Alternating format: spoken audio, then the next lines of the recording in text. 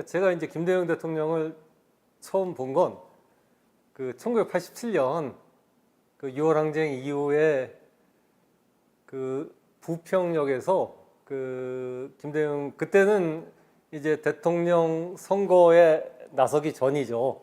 나서기 전에 대중 연설을 한번 하신 적이 있어요. 부평역 앞에서. 그때 저는 이제 노동 현장에 좀 있었는데 그때 제 지금 아내인 이제 여자친구하고 둘이 그 연설을 보러 갔었죠. 1987년 부평역 연설을.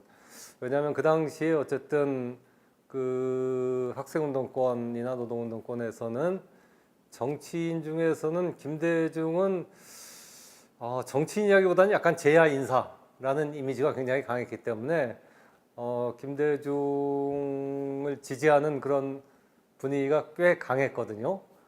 그래서 그리고 또 듣기로는 뭐 장충단 1971년 장충단 연설부터 시작해서 한국의 정치인 중에서 가장 연설을 대중연설 잘한다라는 그 전설처럼 이제 저희는 들었기 때문에 한번 그때 아마 김대중 대통령이 이제 87년 6월 항쟁 이후에 그 가택연금이라든가 정치활동 금지 같은 게 다 해제되고 처음으로 이제 대중연설을 하는 자리였을 거예요.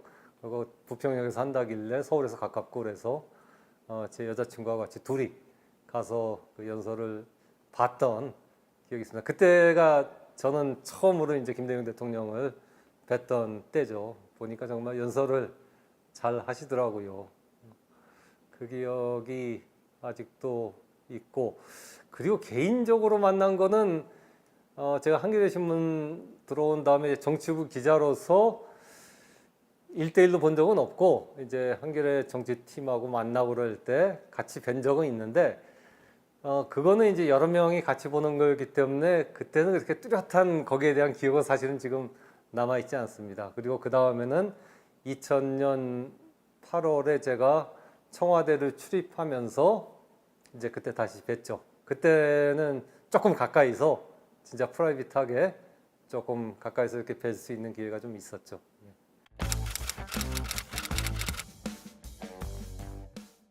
예. 전 89년에 입사해서 사회부에 한 4, 5년 있었고 그 다음에는 거의 정치부에 있었습니다. 그 1992년 대선 때부터 뭐 잠깐 뭐 워싱턴 특파원도 갔다 왔고 한 적이 있지만 현장 기자는 거의 정치부 기자를 했죠. 하다가 2007년 대선 때 이제 정치부장으로서 2007년 대선을 봤었고 그리고 2012년 그 문재인 대통령하고 박근혜 대통령이 싸웠던 2012년 대선 때는 편집국장으로서 그때 대선을 치렀고 그러니까 제 사실은 기자 경력은 거의 그 정치부 그리고 선거 대선과 총선으로 이렇게 쭉 이어져 왔던 그런 것 같아요. 또 미국 특파원 할 때도 그때가 2003년부터 2006년까지 했는데 그때도 2004년 미국 대선이 있었거든요. 조지 W. 부시하고 존 케리가 붙었는데 그때도 미국에서 이제 현장 취재를 좀 여러 번 갔었고 아무튼 뭐 기자 생활을 이렇게 돌아보면은 사실은 선거와 그런 거 빼놓으면은 사실 별로 얘기할 게 없습니다.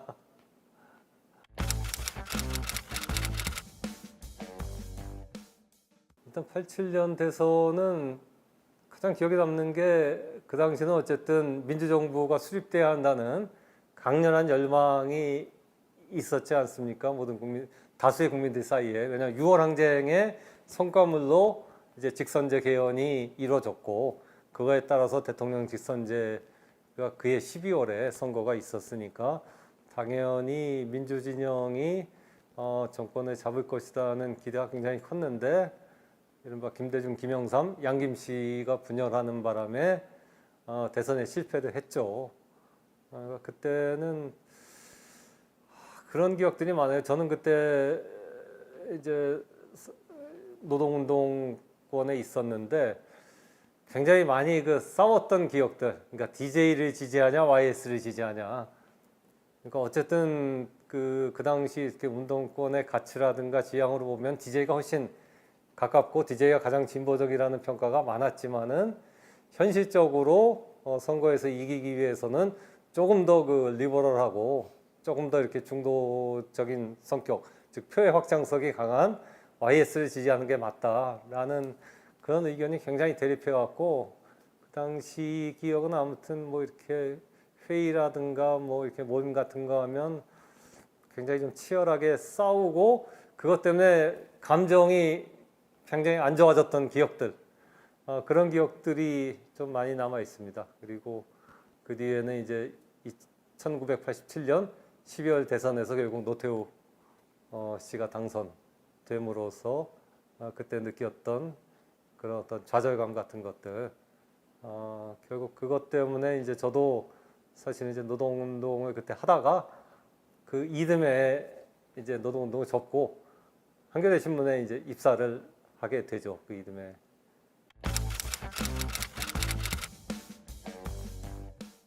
근데 1992년 돼서는 이제 제가 정치부 기자로서 치렀던 거니까 그때는 저는 그 YS를 담당했었습니다.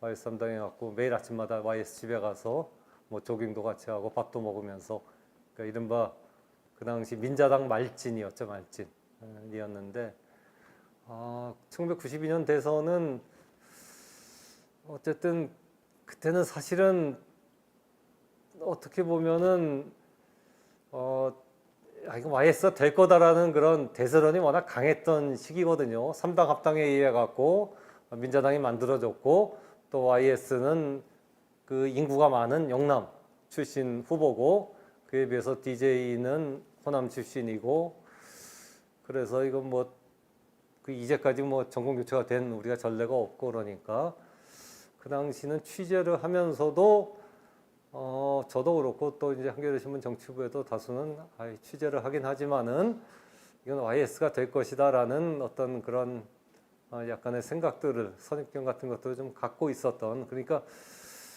그 뒤에 이제 1997년 대선이나 2002년 대선처럼 막 가슴을 뛰게 하고 막 굉장히 긴장감이 넘치던 그런 기억들은 별로 없었던 것 같아요. 1992년 대선. 그리고 결과도 결국은 그렇게 돼 버렸죠. 아무리 이제 정주영 씨가 국민당 후보로 나오긴 했지만은 결국 이제 YS가 되는. 그러니까 어쨌든 그때는 워낙 강고한 보수 우위의 사회였으니까 어쩌면 그게 되게 당연하다고 받아들여졌기 때문에 별로 이렇게 열정도 좀 상당히 떨어져서 취재를 했던 그런 시기였던 것 같습니다.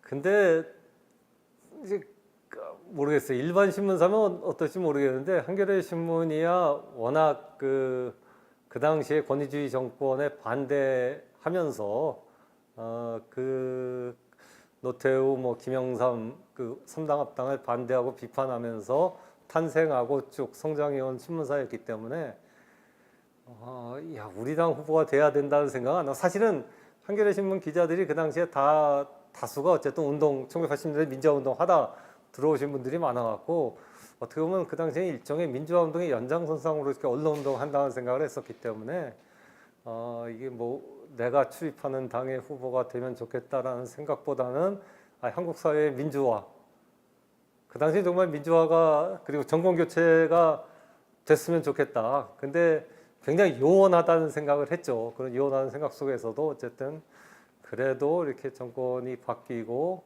그 바꾸려면 어쨌든 김대중 후보가 돼야 되는 거니까 그런 데 대한 강한 열망들이 한겨레 신문 내부에는 좀 가득 차 있을 때였죠.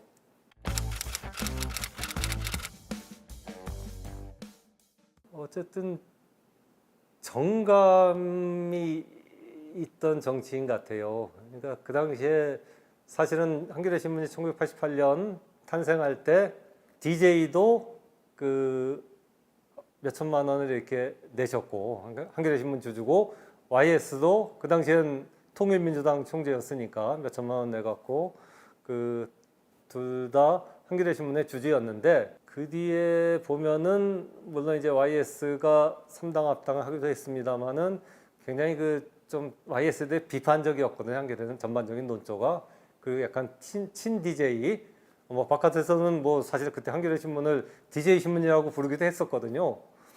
그럴 정도로 이렇게 좀 DJ 쪽에 이렇게 가까운, 왜냐면 그 DJ의 가치라든가 그런 것들이 이제 한겨레하고 맞는 측면이 상당히 있으니까.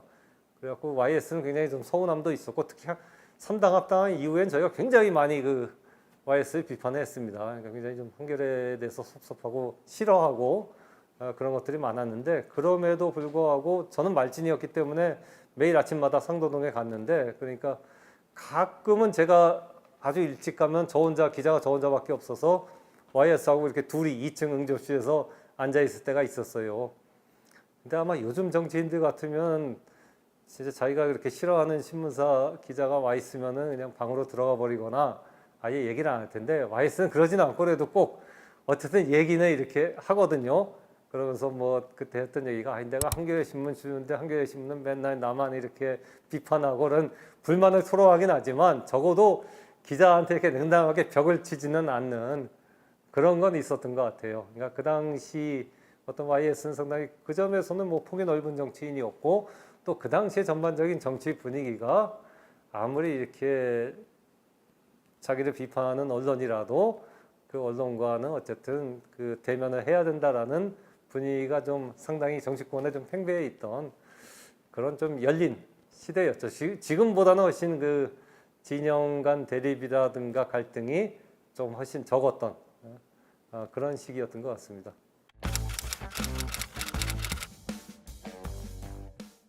저는 사실 말진이니까, 말진은 가장 밑에서 움직이니까 말진들은 사실 그걸 경험할 수는 없을 거고, 일진이나 이진들은 아마 그런 것들이 있을 거예요. 특히 일진들 같은 경우는 이른바 YS하고 친한, YS 흔히 장학생이라고 불렀던 그런 아주 친한 기자들은 굉장히 챙겼을 거고, 그건 YS뿐만 아니라 그 YS 측근들이 챙겼을 거고, 그에 비하면 이제 한겨레 신문 기자들한테는 그런 뭐 사적으로 챙기거나 몰래 이렇게 예를 들면 뭐 촌지를 준다거나 하는 것들은 전혀 없었죠. 그러니까 공식적인 관계, 공식적으로 어느 신문을 이렇게 잘해주고 어느 신문 못해주면 공식적으로는 똑같이 하지만 뒤로 비공식적으로는 YS의 친한 기자들은 별도로 뭐 자기들끼리 술도 마시고 저녁도 먹고 촌지도 오고 하고 그런 부분들이 한겨레 신문은 전혀 없었죠.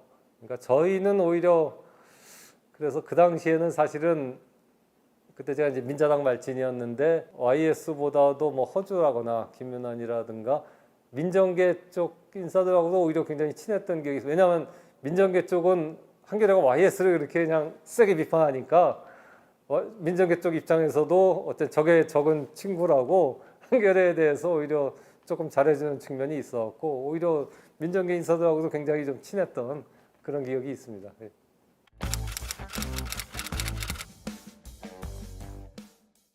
97년 대선 때도 저는 이제 쭉 그 당시 여당이던 민자당, 신한국당이었죠. 신한국당 출입 기자였고, 그래서 그 당시 이회창 이제 후보를 마크를 했었죠.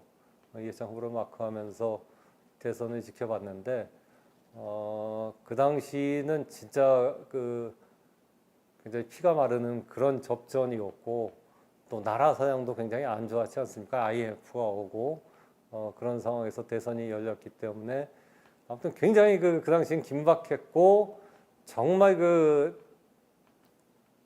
분초마다 이렇게 상황이 바뀌는 듯한 어떤 이렇게 롤러코스터를 탄 듯한 느낌 속에서 대선을 치렀던 것 같아요. 한겨레 신문사 편집국 분위기도 굉장히 그랬고, 그래갖고 아직도 기억나는 게, 그 당시엔 진짜 모든 기사, 이제 12월 정확히 며칠인지 모르겠는데 대선일이 있으면 누가 대통령이 될지에 따라서 그 다음날 신문은 미리 좀 제작을 해놓거든요. 왜냐하면 그 밤중에 이렇게 다 제작을 할 수 없기 때문에 뭐 1면, 3면, 5면처럼 그날의 이제 선거 결과를 담는 면들은 그날 제작하지만 그 이외에 이제 새 대통령에 관한 기사라거나 앞으로 이제 전국 운영이라든가 또 뭐 대통령의 사람들 같은 그런 기사들은 미리 다 제작을 해놓는단 말입니다.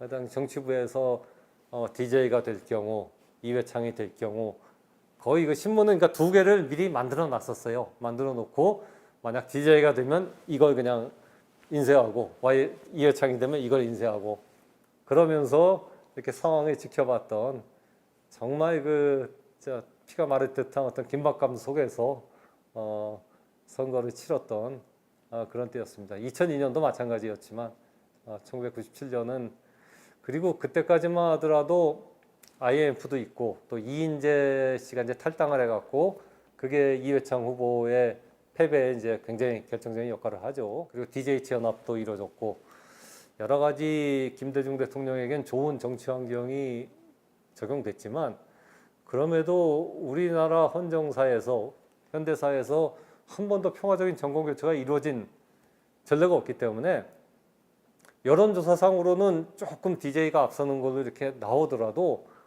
대다수의 사람들은 아이 저러다 뒤집어지겠지 라는 생각을 솔직히 했어요. 그러니까 공무원들도 관료들도 이렇게 만나면은 걱정은 안 했어요. 아유 뭐 정권이 바뀌겠나. 그러니까 정권이 안 바뀌는 게 굉장히 당연한 것처럼 여겨지던 시절이었죠. 지금처럼 선거하면 여야가 이렇게 5년마다 왔다 갔다 하고 그런 것들이 그 당시에는 생각을 못했고 보수 정권은 뭐 거의 영원할 것 같은 그런 분위기가 사회 전반적으로 있었기 때문에 그런 상황에서 DJ가 조금 앞서 나가더라도 그것들을 그대로 받아들이기는 쉽지 않고 마지막까지 이제 개표 결과가 TV에 이렇게 나올 때까지도 불안하고 굉장히 긴박함의 연속이었던 그런 선거였던 것 같습니다.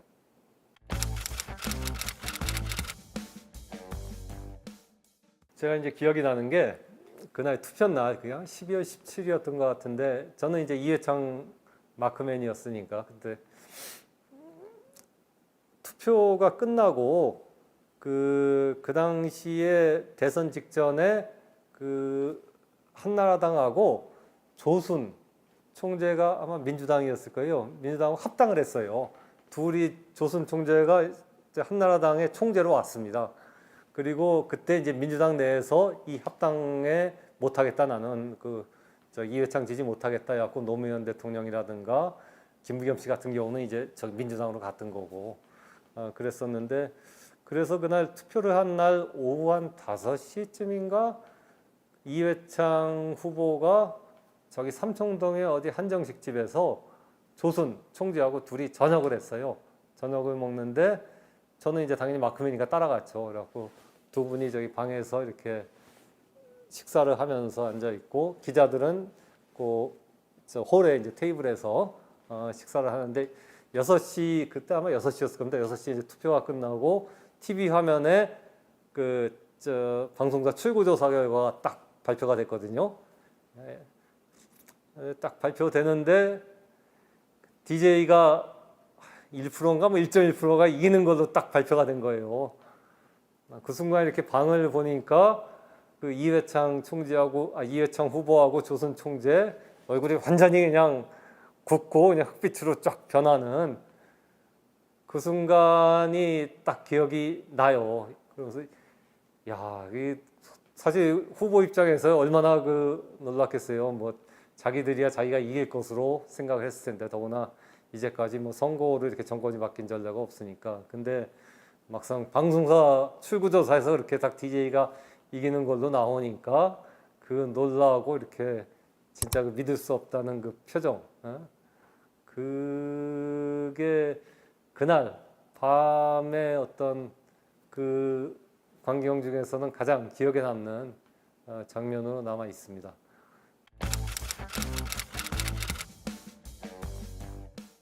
그리고는 물론 이게 출구조사니까 이게 뒤집어질 수도 있다라는 기대를 하고 한나라당 당직자들도 개표를 보고 그랬는데 결국은 뒤져주지 않았고 새벽인가 근데 개표가 이제 한 2시 3시쯤이면 이제 거의 났으니까 새벽인가 저도 한나라 당사에서 그 개표 방송을 보고 이제 기사도 다 이제 마감을 하고 그 당사 앞에 있는 목욕탕 그 당시에는 사우나들이 24시간 하고 그랬었거든요. 사우나에 좀 목욕하러 갔었어요. 목욕하러 갔는데 마침 그 사우나에 누가 있었냐면 그 지인영 의원이라고 나중에 국회의원 용산에서 국회의원 3선인가 4선 하시고 문재인 정부에서 행정 장관도 했던 분인데 그분이 그 사우나에 와 있더라고요. 본인도 이제 저기 지켜보다가 이제 완전히 대사 기우니까 사우나에 목욕을 하러 온 거예요. 그거 둘이 잘 알죠. 진영 의원은 이회창 총재 당시는 굉장히 최측근이었거든요.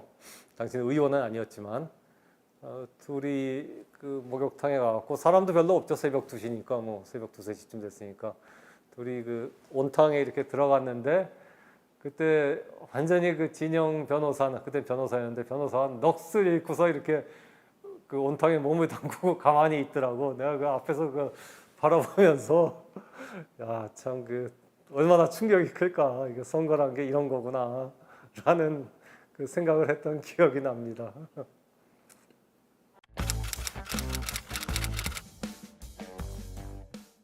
일단 한겨레는 굉장히 분위기는 사실은 좋아했죠. 물론 이제 언론이란 게 뭐 특정 정당을 지지하면 안 되기 때문에 대외적으로 이렇게 얘기 못하지만은 내부적으로는 굉장히 그 좋아했고 또 DJ가 어쨌든 진보적인 가치를 많이 갖고 있는 정치인이었고 또 한겨레에 대한 애정도 깊었기 때문에 굉장히 그 당시에 한겨레는 어쨌든 굉장히 좀 업돼 있었다 그럴까?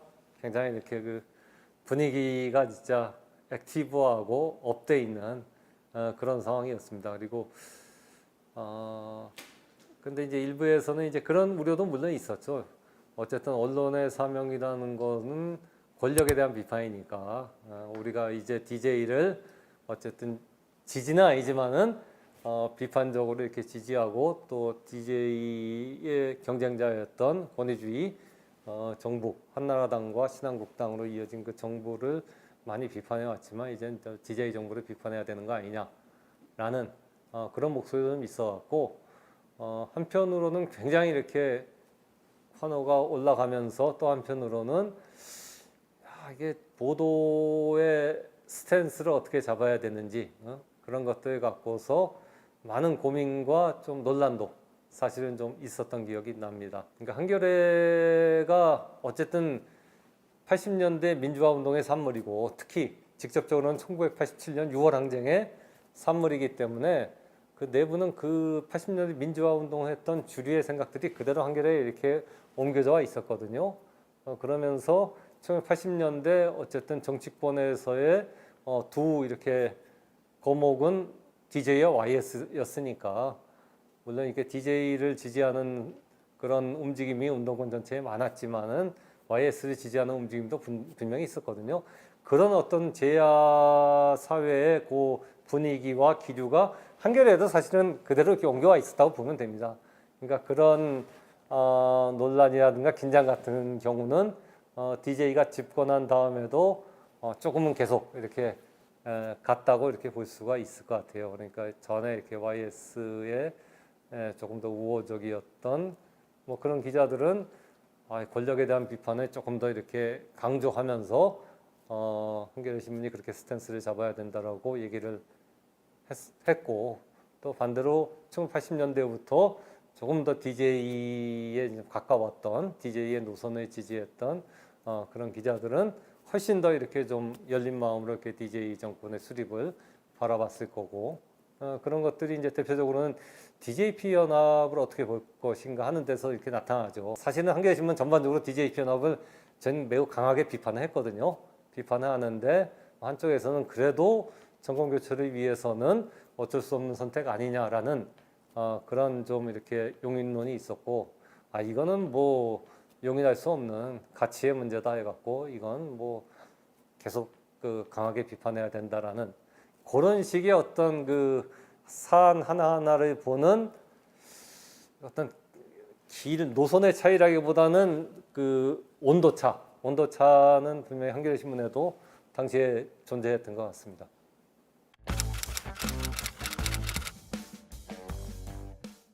전혀 몰랐습니다. 기자들 중에서 대통령이 뭐 국정노트를 쓴다는 거를 안 사람들은 아마 한 사람도 없을 거고요. 왜냐하면 기자들 사이에서 그런 것들이 뭐 사석에서 와서 화제가 된 적이 없었으니까. 그리고 아마 청와대 수석이나 비서관들 중에서도 그렇게 많지 않았을 겁니다. 모르는 사람이 많았을 겁니다. 물론 이제 대통령이 회의를 하면 수석 비서관 회의라든가 아니면 부처와 장차관들이 참석하는 부처회의라든가 또 외부 인사, 외부 전문가들과의 회의도 많죠. 그런 것들에 참석하면은 꼭 이렇게 두꺼운 노트 갖고 와서 거기다 뭐 적고 그걸 보고 얘기하는 거를 본 사람들은 많겠지만은 그게 그 일기처럼 하나의 그 책자에 차곡차곡 쌓여진다라는 생각은 청와대에서도 아주 측근들 몇 명 외에는 사실은 별로 이렇게 그 의식하지 못했고 모르는 사람들이 거의 아마 대다수가 아니었을까. 기자들은 물론 몰랐고요. 예.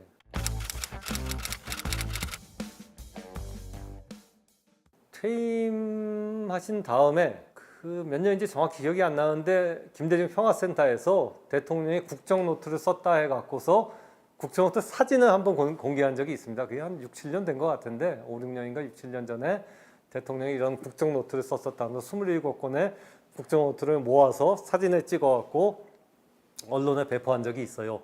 그때 아 이런 게 있었구나 라는 걸 알았죠. 그러니까 국정노트를 썼다는 걸 그때 처음 알았고 그 내용은 그때도 물론 공개가 안 됐었죠. 안 됐고 그게 이제 처음 공개된 거는 지난해 2024년에 한겨레 신문에 제가 이제 한겨레 김대중의 국정노트 연재하면서 그 내용은 그때 이제 처음 공개가 된 거죠. 이게 공개가 그렇게 안 됐던 데는 이제 여러 가지 이유가 있는데 하나는 어쨌든 이게 사적 기록물이면서 또 공적인 기록물의 의미를 갖고 있지 않습니까? 국정에 관한 거를 썼으니까.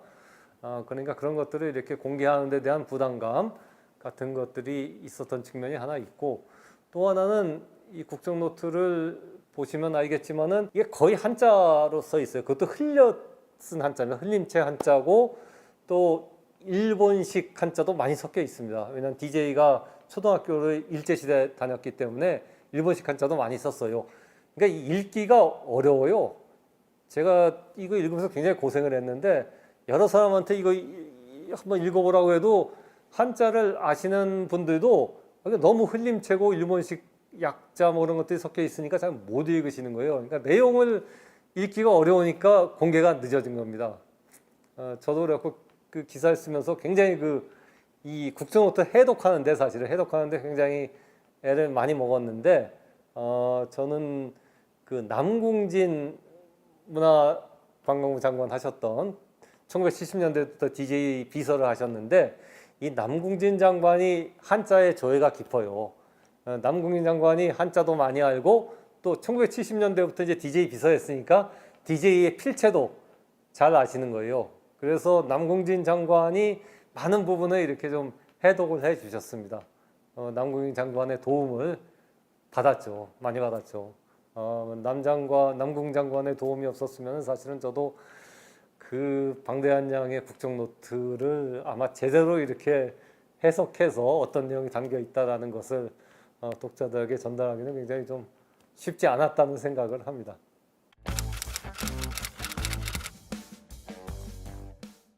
제가 이제 DJP 연대에 대해서 저도 굉장히 비판적이었거든요. 그렇죠. 그 JP가 어쨌든 1960년 군사 쿠데타의 주역인데 아무리 그 권력을 잡기 위한 목적이라고 하지만 그런 사람하고 손을 잡고서 권력을 잡는 게 맞는가?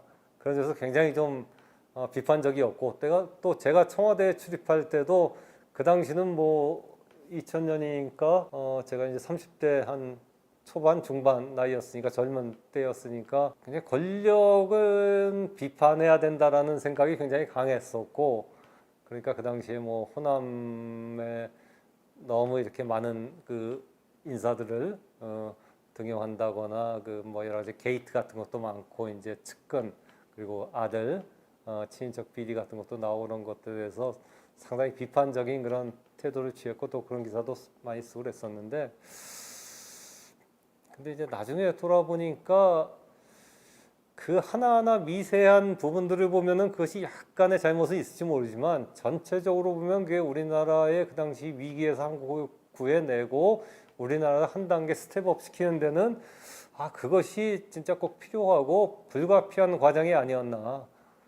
그렇다면 그런 것들을 이렇게 내다보고서 할 수 있는 게 대통령의 중요한 어떤 자질이 아니겠나라는 생각이 들더라고요. 그러면서 그 당시에 DJ가 그런 여러 가지 어떤 작은 부분들 게이트 뭐 진승현 게이트라든가 뭐 이용호 게이트 여러 가지 게이트 있지 않았습니까? 또 뭐 새아들 비리라든가 그런 것 때문에 DJ의 어떤 정책적인 성취, 국정운영의 성공적인 면들이 많이 이렇게 좀 가려져 버렸다라는 생각을 했습니다.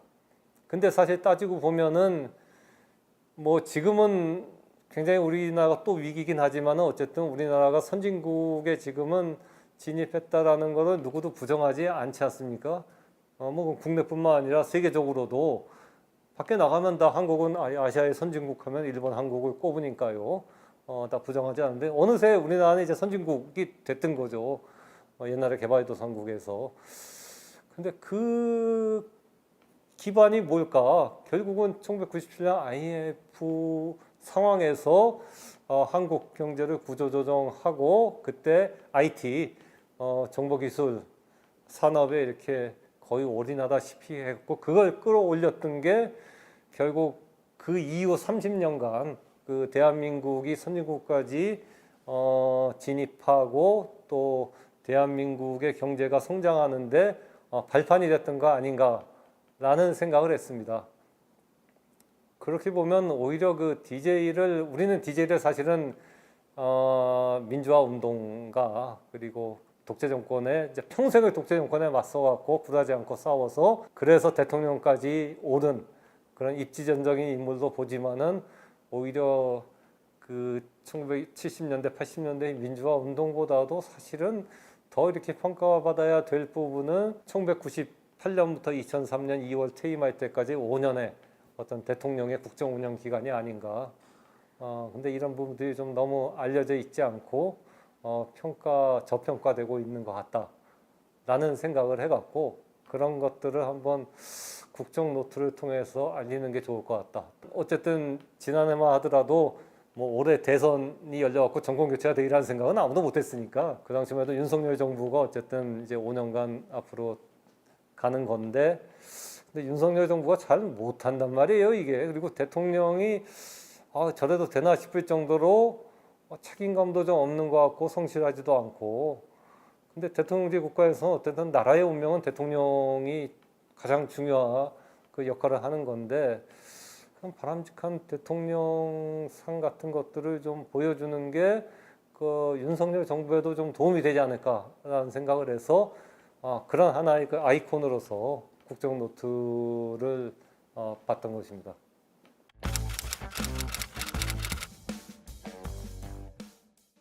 물론 이해창 후보 장점이 많은 분이죠. 그러니까 사실은 이해창 후보에 대해서 지금은 많이 비판을 하지만 아마 1990년대 중반 후반을 기억하시는 분은 진짜 대쪽 판사, 굉장히 그 국민의 신망과 존경을 받았던 분 아니겠습니까? 굉장히 그 원칙적이고, 그러니까 뭐 그 나름대로의 어떤 장점은 전 분명히 있을 거라고 보는데 IMF가 왔던 상황, 그러니까 경제가 완전히 무너진 상황에서 과연 그 당시에 그 노동자들이라든가 서민들을 설득하면서 그들을 이렇게 어떤 국민 통합으로 이뤄갖고서 경제를 성장하는데 끌어낼 수 있는 힘이 있었을까? 가령 그 당시에 IMF로 인해 갖고 뭐 경제 구조조정, 은행 구조조정하니까 그 은행 노조들이 다 파업했던 거거든요. 파업했는데 DJ는 어쨌든 그걸 설득해낸 거거든요. 파업 풀어라. 지금은 이렇게 구조조정하지만 이걸 거쳐갖고 다시 경제화주면 다시 이제 고용할 것이고 지금 뭐 100명을 해고하지 않으면 나중에 1000명, 뭐 10,000명, 수만 명이 해고될 수 있다. 그런 거 이제 노조에 설득해갖고 노조가 파업을 풀고서 어쨌든 그 당시 DJ의 그런 정책에 협조를 했던 건데 그렇게 노조라든가 그런 반대 세력을 설득해갖고 동의를 끌어낼 수 있었을까 이회창 후보는 전 그러지 못했을 거라고 봐요. DJ는 어쨌든 저기 노조라든가 또는 어떤 시민사회단체에서 믿음이 있었으니까 저 사람은 우리를 배신한 사람이 아니고 평소에 우리와 같이 싸웠던 사람이면 믿음이 있었기 때문에 그 당시에 양보를 하고 그 DJ의 설득에 이렇게 동조를 했던 거거든요. 그러니까 IMF라는 게 사실은 그렇게 온 거 아닙니까? IMF가 온 책임은 사실은 정부에 있는 거고 대기업, 재벌들의 2차적인 책임이 있는 거죠.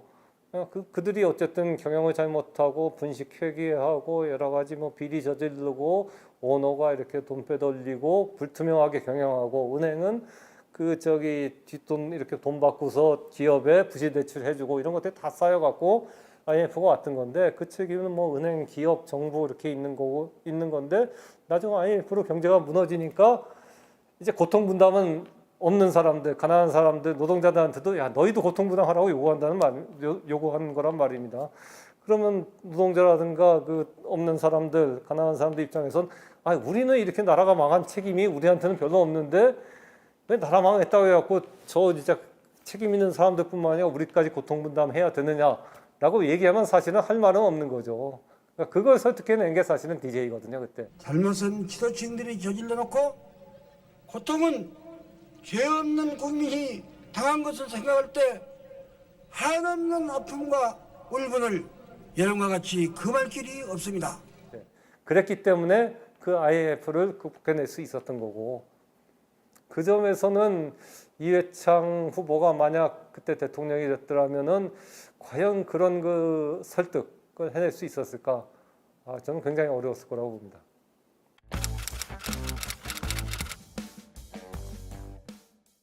대통령의 가장 필요한 자질이 뭘까? 여러 가지가 있죠. 대통령은 뭐 성실해야 되고, 뭐 미래를 내다볼 수 있어야 되고, 또 겸손해야 되고, 뭐 경청해야 되고, 다른 사람의 얘기를 많이 들어야 되고, 뭐 여러 가지 이제 덕목들이 있고, 그게 다 있어야 되는 건데, 저는 그 중에서도 이제 가장 중요한 게 결국은 그 지금이 아닌 그 다음을 내다보는 어떤 통찰력이라는 거 같거든요. 근데 이 통찰력은 사실은 말로 표현하기가 어려운 거 아닙니까? DJ의 국정 노트를 보면 그런 부분들이 좀 있어요. 야, 벌써 이때 이런 생각을 했나? 라는 부분들이 딱딱 보이거든요. 그런 거 볼 때마다 야, 이제 DJ는 대단한 사람이고 자, 그 시점에 DJ가 대통령이 아니었으면 과연 이런 부분들이 이루어질 수 있었을까? 대표적인 거 이제 두세 개만 들자면은 이제 IT 산업 쪽을 하죠. 그러면서 이제 전자정보라는 걸 하는데 그 전자정보위원회 만듭니다. 위원회 만들어 갖고 전자정보위원회 들어온 교수들이라든가 외부 전문가들하고 회의를 하는데 그때 그런 얘기를 합니다. DJ가. 근데 이렇게 우리가 컴퓨터를 쓰고 IT 고속도로 만들고 그리고 이제 초고속 인터넷망을 쫙 깔면은 이게 결국은 그 돈 있는 사람들, 그러니까 컴퓨터를 살 수 있는 여력이 있는 사람들에게는 굉장한 기회가 되지만 컴퓨터를 살 수 없고 컴퓨터 교육을 받을 수 없는 가난한 사람들한테는 오히려 더 가난해질 수 있는 그런 그 부의 격차가 더 심해질 수 있는 그런 그게 될 수 있다. 그러니까 이 우리가 정보화를 하는 것들이 정보 격차로 인해서 그게 부의 어떤 격차로 연결되지 않게 그 사람들에 대한 저걸 해야 된다라는 얘기를 하거든요. 그게 노트에 이렇게 적혀 있습니다. 이게 이제 우리가 흔히 요즘 얘기하는 정보화에 따른 소외라든가 그런 것들이죠. 근데 그 당시만 하더라도 사실 그거를 얘기하는 사람들은 없었거든요. 컴퓨터 하면은 뭐 다 컴퓨터 얘기만 했지.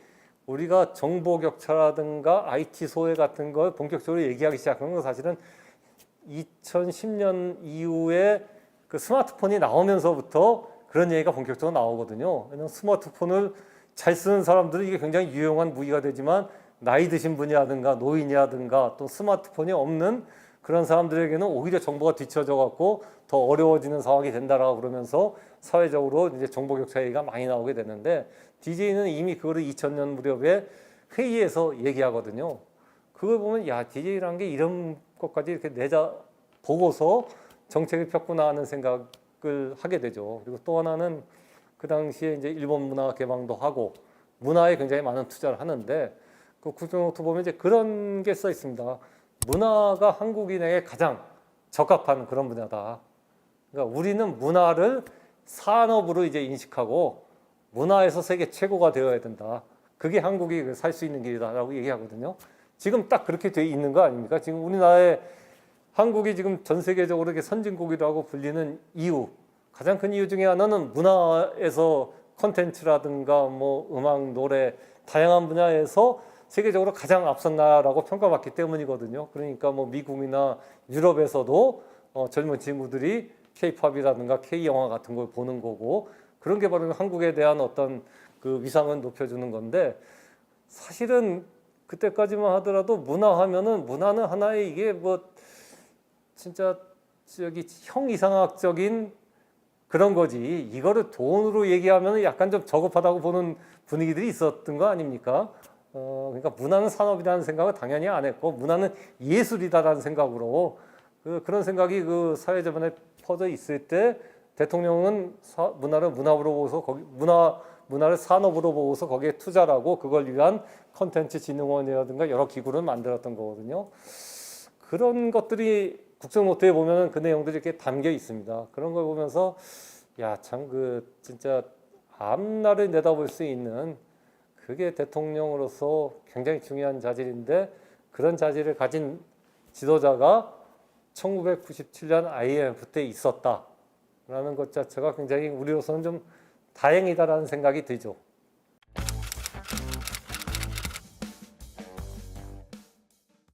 그러니까 2000년 총선에서 물론 이제 그때 새정치 국민회의죠.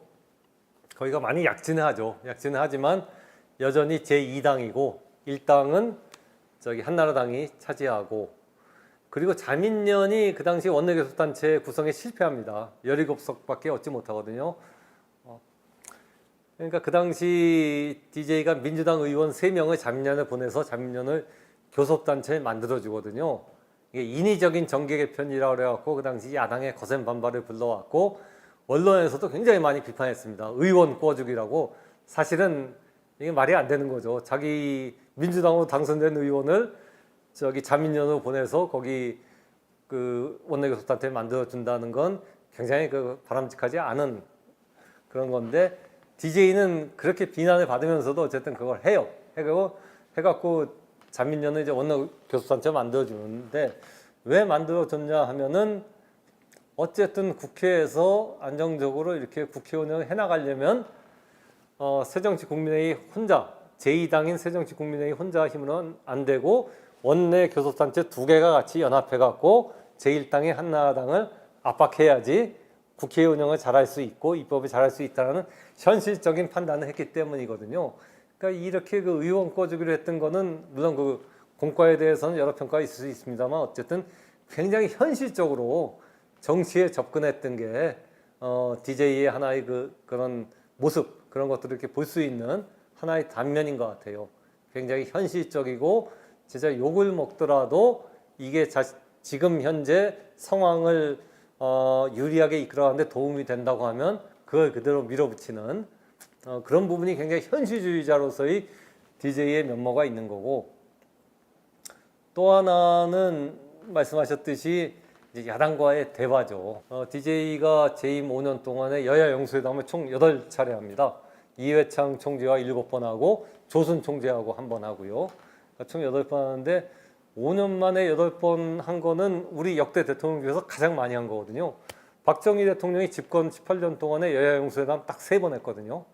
그리고 다른 대통령들도 거의 한두 번 정도밖에 5년 동안에 안 했습니다. 근데 DJ는 거의 1년에 2번 정도씩을 야당하고 만난단 말입니다. 이 여야 영수회담이 다 성과가 있는 것도 아니에요. 사실은 성과가 없어갖고 여야 영수회담 끝나면 언론들이 다 빈손회담이라고 비판하고 그랬거든요.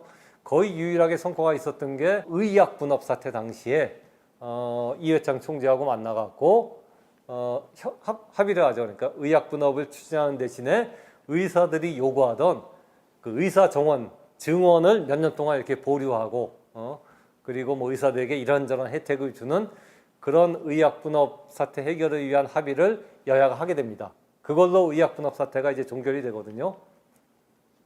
그 외에는 사실은 여야 영수회담이 성과를 거둔 적은 그렇게 많지는 않습니다. 그럼에도 이렇게 왜 만났냐 하면은 어쨌든 DJ는 꼭 성과가 없었더라도 자기가 추진하는 정책을 최대한 야당에게 이렇게 설명하고 야당의 지지를 이끌어내는 게 대통령의 책무다, 기본 책무다라는 생각을 갖고 있었어요. 그렇기 때문에 진짜 이회창 총재가 반대하고 까칠하게 나오더라도 어쨌든 나는 이걸 최대한 그 설명을 하겠다라는 생각에서 만났던 거거든요. 그러니까 이런 자세를 대통령이 가지는 건 굉장히 좀 중요하다고 생각합니다. 비록 성과가 없더라도 어쨌든 야당 총재에게 설명하고 최대한 그 협조를 이끌어낸다. 근데 윤석열 대통령은 사실 이제 그런 것들이 없었죠. 대선에서 진짜 그 0.73% 차이로 이겼음에도 불구하고 2년 동안 그 이재명 그 민주당 대표를 한 번도 안 만났지 않습니까? 그리고 총선 참패 이후에나 처음 만났고 그 만남도 거의 그냥 그거 한 번으로 끝나버렸는데, 즉 이렇게 야당은 어쨌든 배려하고 그 야당의 얘기를 최대한 반영하겠다는 노력을 대통령이 갖고 있어야, 사실 야당 총재를 만나는 건 그 야당 총재 한 사람을 만나는 게 아니라 그런 과정을 보여줌으로써 그 야당을 지지하는 국민들을 최대한 그 내 정책의 우군으로서 끌어들이겠다라는 그런 마음이거든요. 그런 것들이 이제 국정 운영에 도움이 되는 거죠. DJ는 그런 점에서는 어떤 가치에도 맞고 또 현실적으로도 그렇게 함으로써 정치적인 이득이 있다라는 두 개를 동시에 여야 영수회담을 자주 함으로써 좀 추구했던 게 아닌가 싶고, 그런 점은 이재명 대통령도 사실은 저는 좀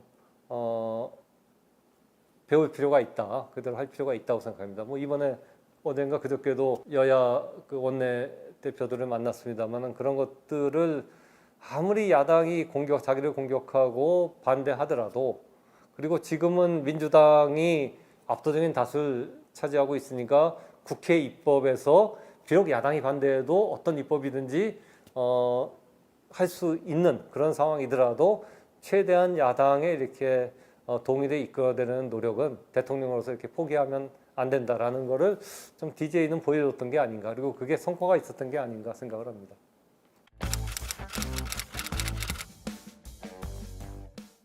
그러니까 사실은 이 DJ 국정노트라는 거는 거의 일기 같은 거니까, 일기장과 같은 거니까 그 일기를 언제 썼는지는 아마 이호 여사밖에는 아무도 모를 거예요. 그렇지 않고는 뭐 아무리 가까운 측근이라도 이 관저에까지 항상 같이 있는 건 아닐 테니까 대부분의 국정노트는 아마 관저에서 쓰셨지 않을까 싶습니다. 낮에 집무실에서야 계속되는 회의하고 보고라든가 그런 게 있기 때문에 그런 거 정리할 시간이 없을 거고, 퇴근해갖고 관저에 들어간 다음에 저녁에 여러 가지 자료를 갖고서 쓰셨지 않을까 싶은데, 아마 하루 전이나 이틀 전이나 뭐 정무수석실에서 올라온 거라든가 당에서 올라온 자료들을 토대로 이제 쭉 이번 영수회담에서 할 얘기들을 정리하셨겠죠. 그러니까 대단한 게 사실은 그 이전에 대통령들은 대개는 그 정무수석실이라든가 담당 부처에서 올린 그 회의 자료들을 그대로 이렇게 회의에서 얘기를 하는 경우가 많았거든요. 근데 DJ는 어쨌든 그 회의 자료를 토대로 거기에 자신의 생각을 얹어갖고 자신만의 언어로 정리를 한단 말입니다. 그런 것들이 여야 영수회담을 앞둔 그러한 굉장히 한 8페이지 정도 될 거예요. 이회창 총재하고 영수회담을 앞두고 쓴 국정노트가 굉장히 길던데, 꼼꼼하게 무슨 얘기할지, 또 이회창 총재가 이런 질문하면 난 이런 답변하겠다는 것까지 쫙 적어놨는데, 그런 거 보면은 진짜 굉장히 꼼꼼하고 굉장히 준비를 하고서 여야 영수회담에 임했다. 그리고 거기에는 이회창 총재가 굉장히 깐깐하거든요. 법관 출신이고 깐깐하기 때문에 작은 부분들도 굉장히 논리적으로 파고드는 스타일이니까 그런 것들을 충분히 감안해 갖고 거기에 대비해서 국정노트를 그렇게 자세히 쓰셨던 게 아닌가라는 그런 추측을 합니다.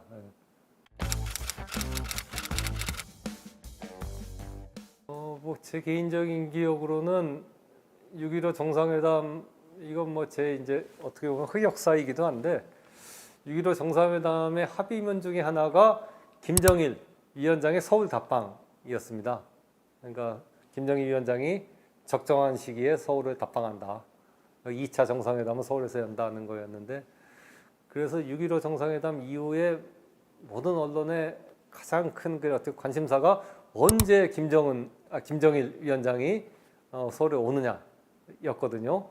그러니까 저도 2000년 8월 무렵에 청와대 출입한 이후에 항상 거기에 이제 촉각을 곤두세우고 있었고, 그래서 뭐 경호실 쪽에도 계속, 왜냐하면 이제 김정일이 내려오면은 가장 먼저 움직이는 게 경호실일 테니까, 경호 문제니까 경호실이라든가 비서실에도 뭐 매일 밤마다 이렇게 전화도 하고 그랬었는데, 그해 2000년 가을이었나? 김정일 위원장의 뭐 답방이 무르익었다라는 그런 관측이 굉장히 많고 그런 보도들이 이제 나오기 시작했어요.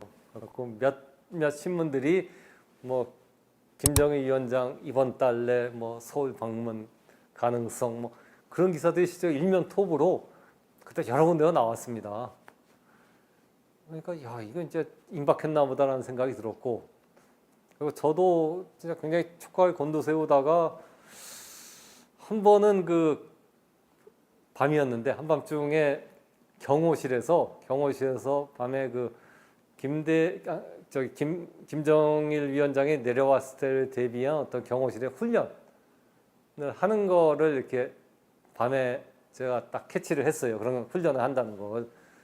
그러니까 딱 그 훈련을 한다는 얘기를 듣는 순간에 아 이건 좀 답방이 이제 임박했으니까 이 훈련을 하는 게 아닌가 라는 생각이 들어갖고 경호실에 이렇게 쭉 두드려 봤더니 얘기를 안 하죠. 아 이건 뭐 나중에 답방할 때를 그 대비한 훈련이야라는 식으로 얘기하면서 잘 얘기를 안 해요. 그 비서실에 이제 핵심 인사들한테도 전화했더니 다들 아이 그건 뭐 약간 애매하게 얘기해요.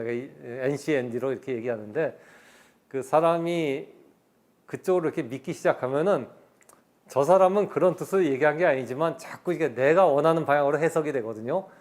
그러니까 그 청와대 이제 고위 당국자는 뭐 아주 중립적으로 이제 본인은 얘기를 했겠지만 나는 그 얘기를 야 이거 부인을 안 하니까 김정일 답방이 임박했구나 라는 생각으로 받아들인 거예요. 그래서 그날 밤에 여러 군데 이제 두드려보고 아 이거 김정일 답방이 이제 임박했다 해갖고 제가 한겨레 신문에 이제 일면 톱으로 그때 한 새벽 1시 반인가 그 김정일 뭐 곧 서울 답방 서울 방문해갖고 기사를 썼었거든요. 기사를 썼었는데 결국은 이제 오버가 됐죠. 오버가 됐고 그 당시 경호실에서 했던 훈련은 어떤 일상적인 훈련, 그러니까 언제든지 이제 김정일 위원장이 답방하면은 움직일 수 있게 했던 훈련인 게 이제 드러났는데 뭐 그래서 다행스러웠던 게 워낙 늦게 이렇게 그 제가 그때 기사를 불렀기 때문에 그 기사가 서울 시내 배달은 전혀 안 됐어요. 배달은 전혀 안 되고 유일하게 광화문 근처에 가판대에만 이렇게 깔렸던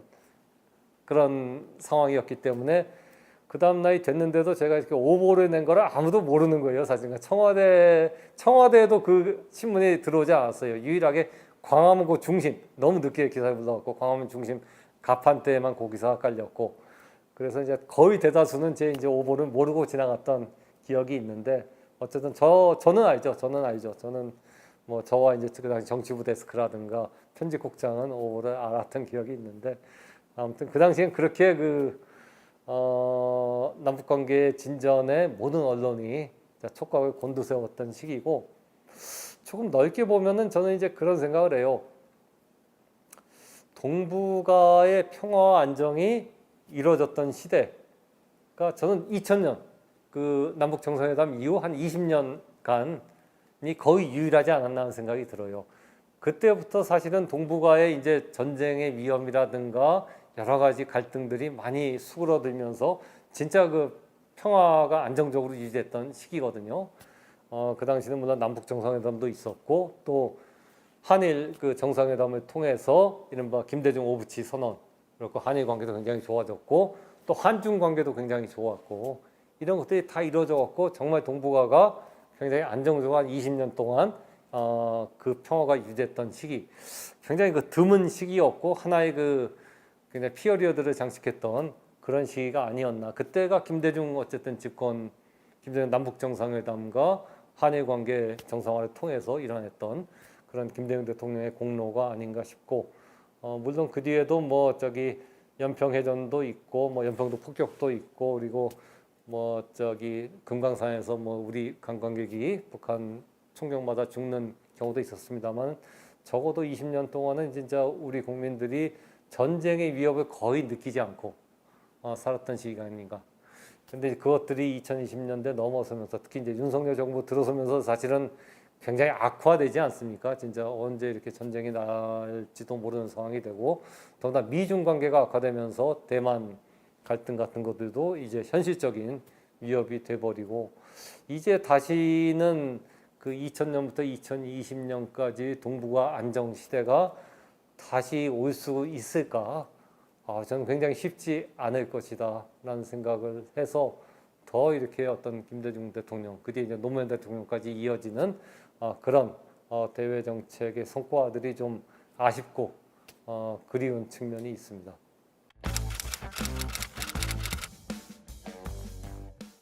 지금 시점에서 보면 그렇게 나이가 많은 게 아니었어요. 지금 뭐 트럼프도 뭐 80 이제 넘었죠. 그리고 바이든도 80 넘어서 대통령을 했고 그렇기 때문에 뭐 지금 보면 그렇게 나이가 든 게 아니었는데 그 당시만 하더라도 뭐 야당에서 뭐 저 늙어서 뭐 국장 치른다는 얘기도 했었고 뭐 치매다 뭐 암에 걸렸다 대장암이다라는 소문도 있고 그런 소문들이 굉장히 파다했습니다. 그래서 정말 그 DJ 본인도 그것 때문에 스트레스를 많이 받았고 청와대 참모진 전체가 스트레스를 많이 받았고 그러니까 당연히 기자들도 야, 이게 대통령 건강에 굉장히 촉각을 기울이고 거기에 이렇게 취재를 많이 했죠. 혹시라도 밤에 이렇게 그 당시에는 청와대 그 앞에 지금은 그 국립미술관으로 변한 그 건물들이 옛날 수도통합병원이 국군 수도통합병원이 거기 있었거든요. 거기 대통령 전용 병실이 있었는데 혹시라도 밤에 이렇게 대통령이 글로 가지 않을까 굉장히 그 신경을 쓰고 촉각을 곤두세웠던 그런 때였는데 그 뒤에 이렇게 돌아보면은 사실은 시중에 그 나돌았던 그런 수많은 루머만큼 대통령이 건강이 좋지 않았던 건 아닌 것 같아요. 대통령은 상당히 건강했던 것 같고, 그러니까 국정 운영을 굉장히 잘 수행할 수 있을 정도의 건강을 가졌는데 나이가 많다. 그리고 굉장히 야당의 어떤 악의적인 어떤 마타도 공격 때문에 오히려 그런 것들이 많은 국민들한테 좀 퍼져 있었던 그런 게 아닌가 싶어요. 물론 이제 신장이 안 좋아갖고 2002년 임기 말에는 그 주치의가 신장 투석을 권유를 했거든요. 2003년 2월에 퇴임하시는데 2002년 한 10월, 11월쯤에는 그 주치의가 신장 투석을 하시라고 이제 권유를 합니다. 근데 대통령이 거부를 하죠. 거부를 하고 왜냐하면 신장 투석을 하면 하루 동안 거의 일을 할 수가 없기 때문에 내가 퇴임하면 받겠다 해갖고 신장 투석을 그 이름의 보물을 미루는데 근데 그런 그 신장의 악화도 사실은 청와대 의료진이 쭉 체크를 해왔기 때문에 아주 위험한 상황은 아니었던 것 같아요. 다만 저도 임기 말에 대통령을 이렇게 가까이서 뵈면은 굉장히 얼굴이 처체하고 야 이제 걱정이 된다는 느낌이 들 정도로 물론 이제 TV 카메라 앞에 설 때는 분장도 하고 하기 때문에 조금 화사한 얼굴이 되지만은 정말 그 화장을 지운 맨 얼굴을 가까이에서 봤을 때는 진짜 걱정이 되는 저래 갖고 저 업무를 하실 수가 있나 생각이 들 때가 한두 번 좀 있었어요. 임기 말에. 그 정도로 어쨌든 힘들었는데 그거는 근데 보면은 어떤 육체적인 건강보다는 오히려 더 심리적인 타격. 그 당시 두 아들이 구속되지 않습니까? 홍업 홍걸 씨가 구속되고 또 여러 가지 이제 측근 친인척 비리들이 막 나오면서 그런 데 따른 어떤 심리적인 타격과 힘듦이 당신을 더 이렇게 괴롭게 하고 디프레스되게 하지 않았을까라는 생각을 합니다.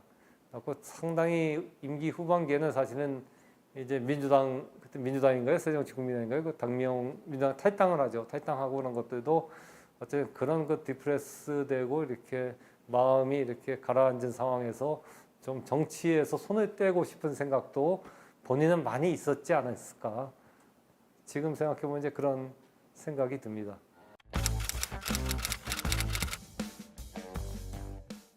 그러니까 그 당시에 이제 청와대 출입기자단이 지금처럼 많지가 않았거든요, 숫자가. 그러니까 중앙언론사만 했으니까 뭐 중앙언론사들은 한 30명? 30명도 안 됐을걸요, 아마. 굉장히 숫자가 적었는데 청와대 출입기자들이 중요하니까 되게 이제 장관들이라든가 뭐 민주당의 유력 중진들이 이제 와서 밥을 사요. 점심도 사고 저녁도 사고 그럽니다. 근데 노무현 해양수산부 장관은 한 번도 이렇게 청와대 출입기자들하고 제가 밥 먹은 기억이 없으니까 노무현 장관이 그만큼 그 당시에는 이렇게 청와대 출입기자들 사이에서는 존재감이 좀 약했던 거죠. 이인재 의원은 그 당시에 이인재 의원이 당연히 그 차기의 가장 유력한 주자라고 그랬거든요. 이인재 의원은 두세 번 청와대 출입 기자들을 밥을 사갖고 제가 그 기억이 있습니다. 이인재 의원하고 이렇게 얘기도 하고 했던 기억이 있는데 노무현 장관은 그때 이렇게 기자들하고 만났던 기억이 없어갖고 그러니까 그 당시만 하더라도 진짜 2002년 경선을 앞두고 확 노무현 붐이 일어나면서 뜨기 전까지도 청와대 기자들의 정말 대다수는 저를 비워놓고 노무현이 대통령 후보가 되리라고 생각을 그때는 아마 해양수산부 장관 할 때는 생각을 못할 때였기 때문에 그 당시는 사실 그렇게 노무현 장관한테 기자들이 이렇게 관심을 기울이고 그러지 않았던 것 같습니다. 근데 대통령은 그래도 생각을 했던 것 같아요. 노무현에 대한 제가 이렇게 들은 근데 박지원 비서실장한테 들은 얘기인데 언론사 세무조사한 다음에 그걸로 이제 조중동 사주가 구속된 사태까지 가고 보수 진영이 굉장히 격렬하게 반대를 하고 반발을 하죠. 근데 그때 노무현 해양수산부 장관이 기자들 만나갖고 언론은 언론의 길을 가고 정부는 정부의 길을 가면 된다. 그 세금이야 그 정부의 업무인데 당연히 그 세무조사 정기 세무조사는 해야 되는 건 정부의 권한인데 언론이 거기에 대해서 왈가왈부해서 안 된다. 언론은 뭐 비판할 거 있으면 비판하고 그렇게 가라. 정부는 정부대로 하고. 그러면서 이제 대통령의 어떤 언론 세무조사를 옹호하는 발언을 해갖고 그게 조선일보의 일면 톱으로 이렇게 납니다. 그러니까 노무현이 결국 그 언론사 세무조사는 이게 정치적인 의도다. 이렇게 의도를 갖고서 한 거다라는 식으로 해갖고 뽑아갖고서 세게 이렇게 비판하는 기사를 씁니다. 그걸 보고서 박지원 비서실장이 그때 김 대통령한테 어쨌든 그렇게 조선일보가 그렇게 쓰면은 그것들이 보수 진영에 퍼지고 그게 여론으로 돼갖고 청와대에 어떤 그 부담이 되니까 제가 노무현 장관 만나갖고 좀 얘기를 좀 자제하라고 그러니까 언론 세무조사에 대해서는 얘기하지 말라고 그렇게 좀 당부를 하겠습니다라고 했더니 대통령이 하지마 하지마. 지금 누구도 민주당의 누구도 그 조중동이 무서워 보수 언론이 무서워서 언론사 세무조사에 대해서 그렇게 얘기를 못 하는데 노무현이니까 저 정도 얘기를 하지. 응? 그게 누가 그런 얘기를 하겠냐. 그러니까 그런 얘기를 하는 사람도 있어야 된다. 맞는 얘기 하는데 그러니까 절대 그 노무현 그 장관한테 입 조심하라는 얘기 하지 말라라고 이렇게 DJ가 했다는 거거든요. 또 한 번은 DJ 임기 초반에 비서실장이 김중권 민정기였던 김중권 씨가 비서실장을 했는데 그 김중권 씨가 비서실장을 한 다음에 영남 출신이니까 DJ가 영남으로 이제 동진 전략을 지지 기반을 확대하기 위해서 김중권 씨를 민주당 대표로 보냅니다. 그때 보내니까 그때 노무현 그때 아마 장관은 아니었을 거예요. 장관은 아니었고 아마 국회의원이었나? 노무현 대통령이 그 김중권 씨가 대표로 오니까 기회주의자와는 연대는 할 수 있어도 기회주의자를 지도자로 모실 수는 없다. 그러면서 딱 그 비판을 하거든 세게. 그 얘기 듣고 그러니까 대통령이 그러니까 김중권 민주당 대표를 보낸 건 DJ 대통령의 뜻인데 물론 이제 노무현 대통령의 말이 옳더라도 어쨌든 그거는 대통령이 김중권을 대표로 보낸 거에 대한 일종의 항명처럼 받아들여질 수 있는 거거든요. 그때 그 박지원 실장이 대통령한테 저기 노무현이 반발하는데 김중권 대표에 제가 그 노무현한테 그러지 말라고 얘기하겠습니다 하니까 DJ가 이번에도 그런 얘기 하지 마. 아니 뭐 사실 그런 얘기 민주당에서 그런 얘기 하는 사람도 있어야지 맞는 얘기고 그리고 김중권 대표도 더 긴장해 갖고 일을 할 거다. 그러니까 절대 노무현 한테 그 김중권 비판하는 얘기를 하지 말라는 그런 얘기를 하지 말라고 얘기했다는 거거든요. 그런 걸 보면은 어쨌든 노무현 대통령의 그런 패기와 어떤 강한 의지, 그러니까 사실은 일반 정치인 같은 경우는 그렇게 못하죠. 대통령의 뜻을 담아갖고 이렇게 대표가 임명됐는데 거기에 대해서 공개적으로 그 비판을 잘 못하거든요. 근데 노무현이 그렇게 해도 그거를 이렇게 용인하고 그게 맞는 얘기다라고 했다는 거는 어쨌든 DJ는 노무현에 대한 어떤 나름의 기대와 믿음 그런 것들을 마음속으로는 갖고 있지 않았을까. 그리고 그런 것들이 2002년 경선 대선 과정에서는 그러니까 동교동계가 그때 좀 나눠지죠, 사실은. 이인재를 지지하신 분들도 물론 그게 많았지만은 또 노무현 지지하는 사람들도 꽤 있거든요. 그렇게 노무현이 노풍이 일어나갖고 노무현이 그 광주에서 승리하고 민주당 후보가 되는 과정에 어떤 배경으로 작용하지 않았을까 그런 생각이 좀 듭니다. 근데 그거는 뭐 사실은 이제 뭐 권노갑 고문이라든가 박지원 실장이라든가 그런 분들이 사실은 잘 알 텐데 제가 들은 걸로는 그 당시 동교동계 다수는 사실은 처음에 이인재 장관을 지지했거든요. 근데 그 당시 청와대 참모들의 기류는 어쨌든 노무현 쪽에 좀 가 있다라고 저는 그때 좀 느꼈어요. 그게 꼭 뭐 드러내놓고 노무현을 또 뭐 지지하는 건 아니지만은 이인재로 이길 수 있겠나라는 얘기들, 그런 얘기들 하고 어쨌든 이인재 장관은 그 당시에 어쨌든 저 당을 바꿔서 온 거 아닙니까? 그 97년 대선 때 그 저 한나라당을 탈당해 갖고 새로 정당을 만들었다가 나중에 이제 민주당으로 합류한 건데 그에 비해서 노무현 대통령은 일관되게 이렇게 야당의 민주당의 길을 걸어왔던 사람이죠. 그런 데 대한 평가 같은 것들을 해갖고 그리고 박지원 실장이 어쨌든 박지원 실장은 사실은 DJ 뜻대로 움직이는 사람이거든요. 그 당시에는 박지원 실장에 대해서 호가호위한다는 그런 비판도 굉장히 많았고 저도 이제 그런 기사 쓰긴 했습니다만 나중에 이렇게 돌아보면은 결국 약간의 그런 거 있을지 몰라지만 크게 보면 DJ가 딱 시키는 것만 했던 게 박지원이고 그래서 DJ는 박지원을 그렇게 신임했던 거라고 보는데 그때 박지원 장관이 그런 얘기를 했어요. 노무현 상당히 긍정적으로 이렇게 뭐 저거 평가하고 뭐 그런 분위기가 있던 걸로 봐서는 저도 DJ의 속마음은 이인재보다는 노무현에게 그때 가 있었다라고 저도 개인적으로 판단을 합니다.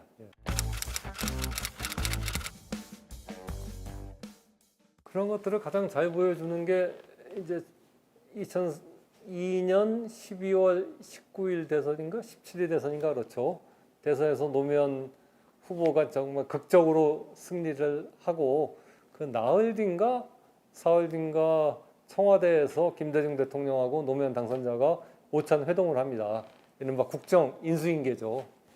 근데 그때 또 역시 DJ는 꼼꼼하게 이렇게 국정 노트를 적어옵니다. 그러니까 노무현 당선자한테 할 얘기들을 쭉 적어오는데 그 대부분이 뭐냐면 국내 현안은 없어요. 대부분이 북한 문제 그리고 대미, 대일, 대중, 대러 관계를 어떻게 해야 될 것인가 그 얘기들이 거의 그 저기 국정노트가 한 6장 정도 되는데 거의 한 5장을 차지합니다.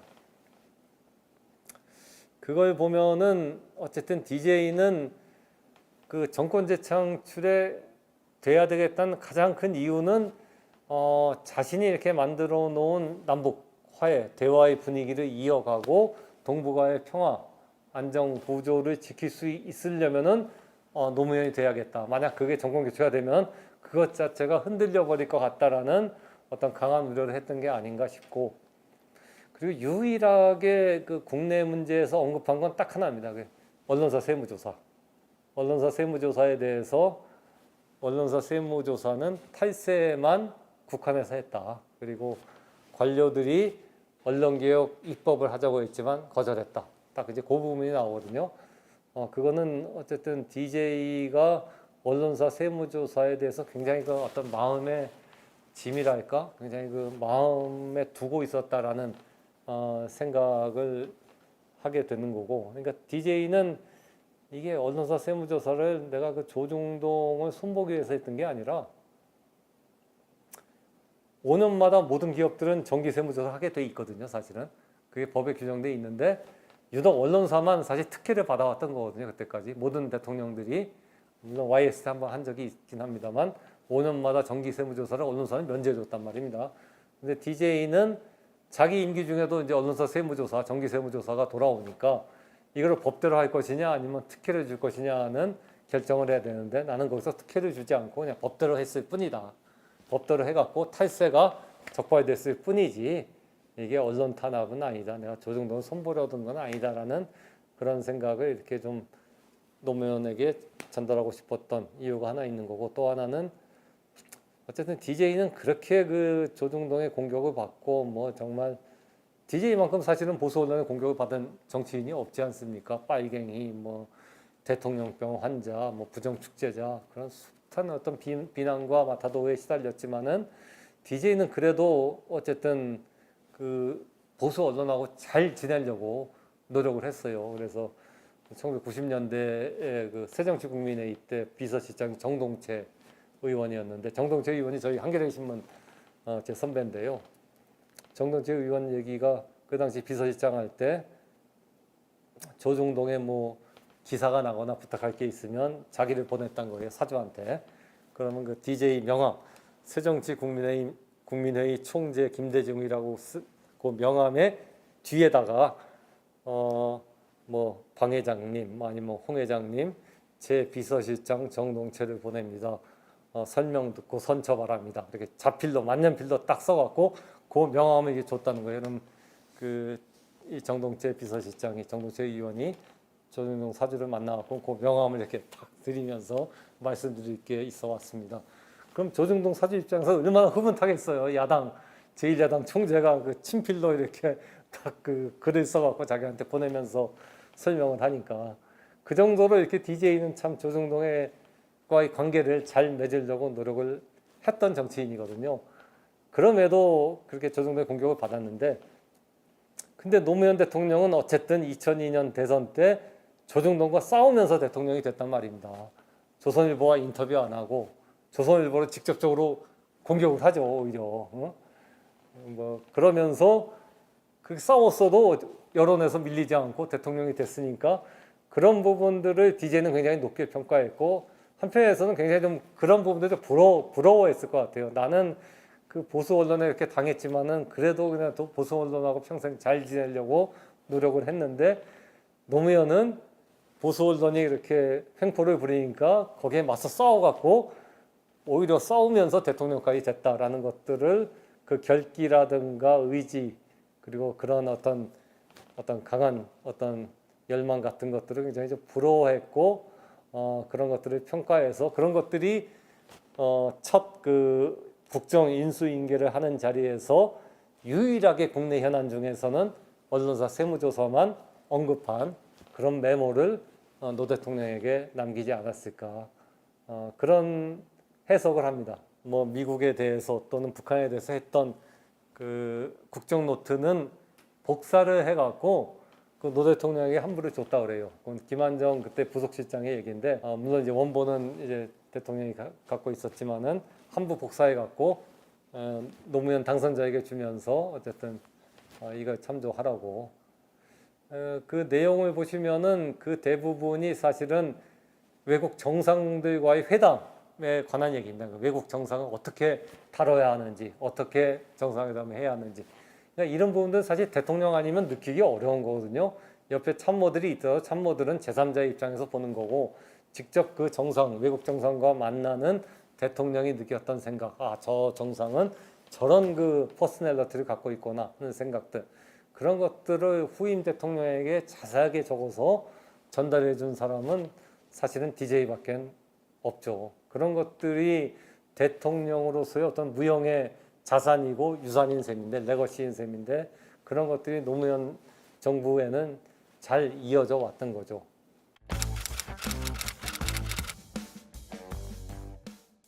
그러니까 박지원 실장이 어쨌든 DJ 집권 5년간에는 가장 신뢰했던, 가장 가까이 있던 사람은 박지원 실장이죠. 물론 잠깐 이렇게 청와대에서 떠나서 문화관광부 장관도 했고, 근데 문화관광부 장관 할 때도 대북 협상을 박지원 장관이 했으니까요. 그리고 또 이제 너무 이렇게 박지원이 2인자다라는 비판 때문에 잠깐 밀려났던 적이 있지만 다시 비서실장으로 임기 말에는 복귀를 하죠. 그런 점에서 보면 5년, 적어도 5년 만에 얘기한다면 박지원 실장이 가장 가까웠던 것 같고, 그렇게 박지원 시장을 신뢰했던 거는 일단 굉장히 성실합니다. 박지원 시장 굉장히 성실하고 또 DJ가 시키는 대로 이렇게 딱 일을 하거든요. 그 당시에 한겨레는 박지원 시장한테 상당히 좀 비판적이었어요. 많이 그 비판적인 기사를 쓰고. 왜냐하면 DJ가 언론 개혁을 해야 되는데 이 박지원 실장이 매일 조중동 찾아가서 조중동 기자도 하고 폭탄 좀 마시면서 그쪽 민원을 들어주는 것 같단 말입니다. 그러면서 그러니까 그 당시 한겨레에서 볼 때는 DJ가 언론 개혁을 해야 되는데 그거를 막고 조중동과의 관계를 원만하게 하려고 하는 사람이 박지원이다. 언론 개혁을 막는 저 주범이 박지원이다라는 생각을 해갖고 굉장히 박지원 공보수석 그리고 나중에 이제 비서실장한테는 굉장히 비판적이었는데 나중에 이렇게 제가 취재를 하고 이렇게 보면은 결국 그렇게 조중동하고 이렇게 관계를 좋게 하려는 게 결국 DJ의 뜻이었고 DJ가 그렇게 하려고 했었고 그 이제 미션을 박지원이 수행을 했던 거죠. 그런 측면에서 보면은 어쨌든 내 지시를 그대로 충실하게 진짜 잘 수행을 한다. 그리고 성실하다라는 게 박지원 실장이 그 당시 신임을 받았던 가장 큰 이유였지 않을까 싶고 그 다음에 결국은 DJ 정권에서 세 사람 뽑는다면 딱 세 명일 것 같아요. 권노갑, 박지원, 임동원. 그러니까 박지원은 어떤 비서실장으로서 국정보좌를 했던 측면이 있는 거고 권노갑 고문은 물론 집권 5년 동안에는 여러 가지 애증의 관계도 있긴 했습니다만은 모포 중학교 시절부터 굉장히 대통령과는 거의 친형제처럼 쭉 지내왔기 때문에 인사라든가 어쨌든 조직, 민주당 조직이라든가 호남을 관리하는 거는 권노갑 고문이 했던 게 맞죠.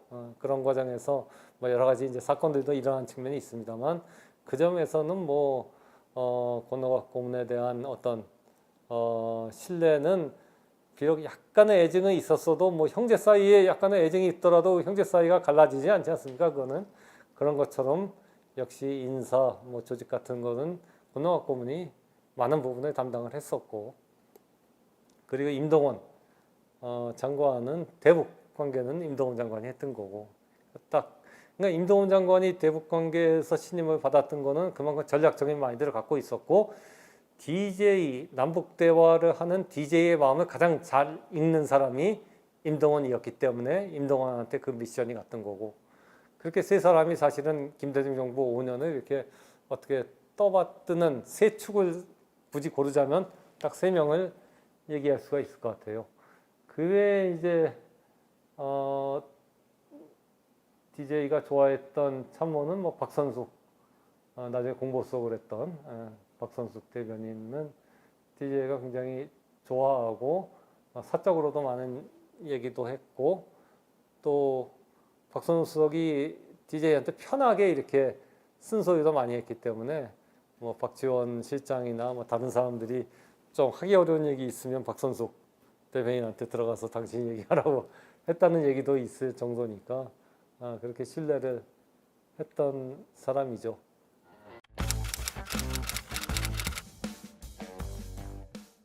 미국의 어느 대통령과 비교할 수 있냐? 저는 프랭클린 루즈벨트 1928년 대공황 시절에 대통령이 돼갖고 미국을 어쨌든 그 공황에서 건져냈고 그 이후에 30년 동안 정말 미국의 시대, 세계 패권이 미국에 의해서 움직이는 시대를 만들었던 게 프랭클린 루즈벨트인데 프랭클린 루즈벨트하고 좀 비슷하지 않을까. DJ도 IMF라는 굉장히 어려운 국가적 위기를 극복해갖고 그 이후에 한 30년 정도 대한민국이 쭉 성장할 수 있는 토대를 닦은 거거든요. 그 점에서 굉장히 비슷하다는 생각을 하고 또 하나는 사실은 1928년에 프랭클린 루즈벨트가 되기 전까지만 하더라도 미국은 공화당이 상하원에서 다수를 점하는 거기도 공화당 우위의 사회였거든요. 근데 그게 루즈벨트 시대에 바뀝니다. 루즈벨트 시대에 완전히 민주당이 이제 우위를 점하는 미국 정치 지형에서 우위를 점하는 그런 시대가 만들어지고 그게 1980년대까지 거의 반세기를 가는데 우리나라도 보면은 굉장히 강고한 어떤 보수 우위의 권위주의 집권이 거의 반세기 동안 이루어졌던 그런 게 1997년 이른바 평화적인 정권 교체로 끝나거든요. 그러니까 정치 권력은 DJ가 잡았지만은 사실 그럼에도 사회적으로는 여전히 보수가 강고했던 보수 우위의 사회였단 말입니다. 그게 DJ 집권 5년 동안에 이제 바뀌는 어떤 발판이 마련이 됐다. 그거는 DJ가 계속 이제 전국 정당화를 시도했고 그런 전국 정당화를 시도했던 노력들이 꽃핀 게 노무현 대통령 시절에 이제 꽃이 피게 되죠. 그러면서 노무현 대통령을 지나면서 완전히 민주당이 이제 전국 정당이 되면서 지금은 사실은 우리가 2016년 총선이나 2018년 지방선거, 2020년 총선, 2020년 대선 때 물론 0.73% 차이로 패하긴 합니다만은 전체적으로 전국 선거를 보면은 지금은 이제 오히려 보수 우위의 사회가 아니라 진보 우위, 민주당 우위의 유권자 지형이 만들어졌거든요. 지금 이 상태로는 사실은 국민의힘이 전국 선거에서 이기기는 굉장히 어렵죠. 영남만 이길 뿐이지 충청도도 이기기가 쉽지가 않고 수도권에서는 오히려 경기도 같은 경우는 완벽하게 민주당이 앞서는 사회거든요. 이렇게 그 보수 우위의 어떤 정치 지형, 보수 우위의 사회적인 구도가 진보 우위 또는 진보 중심의 사회적인 구도로 바뀌는 계기가 바로 DJ 시대에 마련됐다는 점에서 루즈벨트하고 좀 비슷하지 않을까 싶은 생각이 들어요.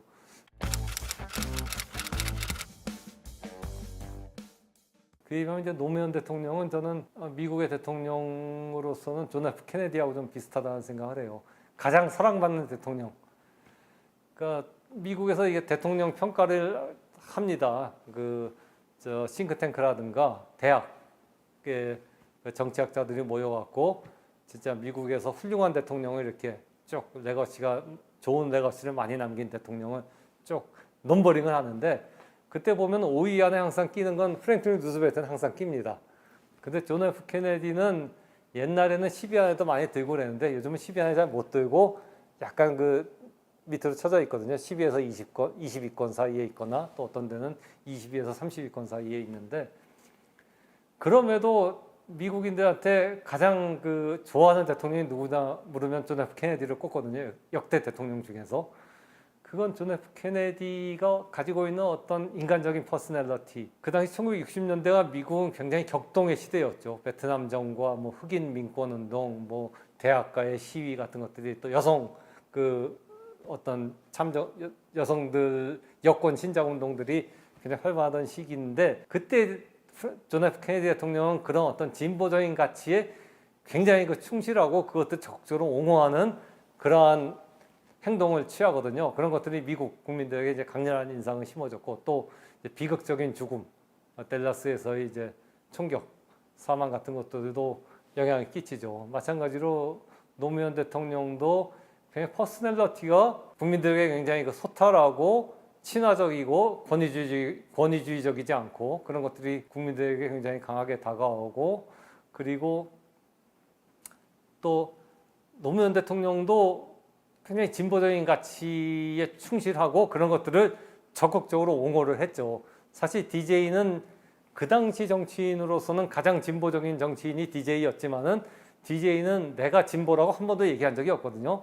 항상 중도를 얘기했고 중도 개혁, 때로는 이제 중도 보수를 얘기했던 정치인이거든요. 하지만 그 노무현 대통령은 내가 진보다라는 것을 감추지 않죠.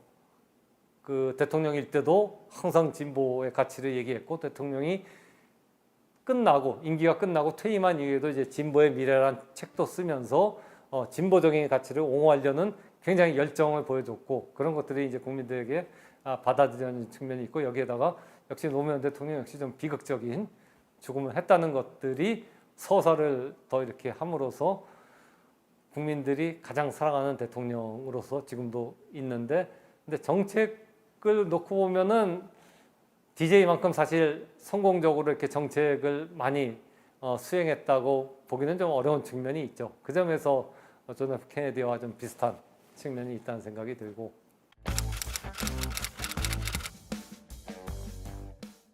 이제 DJ가 친미주의자냐?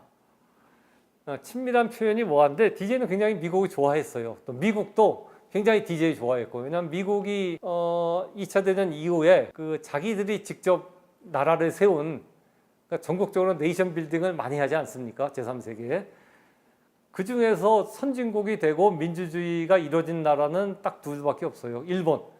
일본도 거의 그 미국이 그 진주해 갖고서 그 나라를 다시 이제 재건했는데, 그 미국은 어쨌든 일본은 뭐 민주주의 국가로서 오래전부터 이렇게 아시아에서 자리 잡았고, 그 외에는 한국이 아마 거의 유일할 겁니다. 한국이 미군정 시대에 미군이 진주해 갖고 미군정 시대를 지내고, 6.25 이후에는 그 반세기 가까이 미군이 주둔하면서 미국의 영향력이 굉장히 컸는데, 그러면서 민주주의가 성공적으로 이루어져 갖고 진짜 정권 교체도 되고 미국식 대통령제를 진짜 성공적으로 이룩한 제3세계 국가는 한국이 거의 유일하거든요. 그리고 그런 성공적인 민주주의를 딱 아이콘이 누구냐면 DJ란 말입니다. 그 이전까지는 사실은 미국의 한국은 애증의 관계였죠. 물론 이제 대공산주의를 막는 천병으로서의 한국의 역할은 있었지만은, 그 정권은 항상 군사 정권이라든가, 그러니까 인권이라든가 그런 것들에 많은 문제가 있었는데, 비로소 DJ 시대에 들어와서 미국과 가치가 같으면서 미국의 이익에 이렇게 같이 갈 수 있는 그런 나라 정부가 세워진 거거든요. 그 점에서 미국은 싱크탱크라든가 굉장히 DJ를 높이 평가하고 좋아하죠. 그리고 DJ도 사실은 미국을 좋아하고, 그러니까 항상 그 DJ는 미국 서구 민주주의에 대한 강한 이렇게 동경과 그것들을 한국에 이뤄내야 한다는 강한 생각을 갖고 있었던 것 같아요.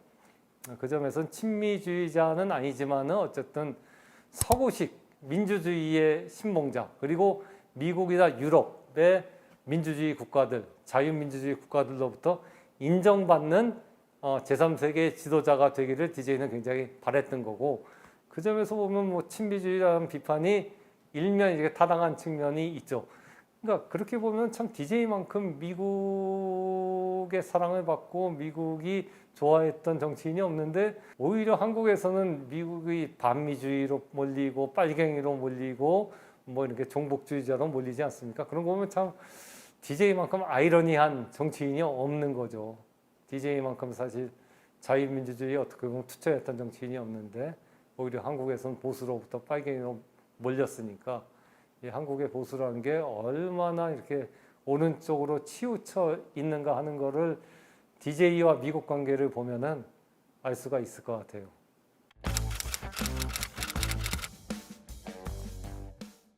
만약 우리나라 이제 대학 기관이라든가 우리나라 싱크탱크에서 역대 대통령들을 그 레거시만 갖고 정말 얼마나 잘했냐, 국정 운영을 얼마나 잘했냐만 갖고서 대통령 순위를 매긴다면은 저는 DJ가 2위에 오르지 않을까.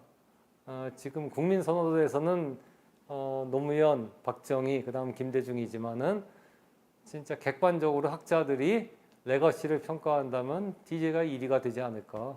왜냐하면 수많은 정책들을 성공시켰으니까. IT 정책을 통해 갖고 그 이후에 대한민국의 발전에 기반을 깔았고, 또 일본 대중문화 개방해 갖고 K 콘텐츠가 세계로 진출할 수 있는 기반을 깔았고, 또 남북 정상회담을 해갖고 동북아 평화를 가져왔고, 그리고 뭐 사회안전망도 만든 측면도 있고, 그처럼 여러 가지 그 어떤 정책의 성공을 했다. 물론 이제 박정희 대통령도 사실은 큰 업적을 남겼죠. 그 경제 개발과 고도 성장을 이뤄갖고 우리나라가 저 그 후진국에서 개발도상국으로 올라설 수 있는 그걸 만든 거는 어쩌면 박정희 대통령의 공로죠. 하지만 박정희 대통령은 18년이라는 집권 기간, 긴 집권 기간 동안에 어떤 경제 성장을 이룬 거거든요. 그에 비하면 5년이란 짧은 기간에 이렇게 단기간에 수많은 정책 성과를 이룬 거는 DJ밖에 없지 않나.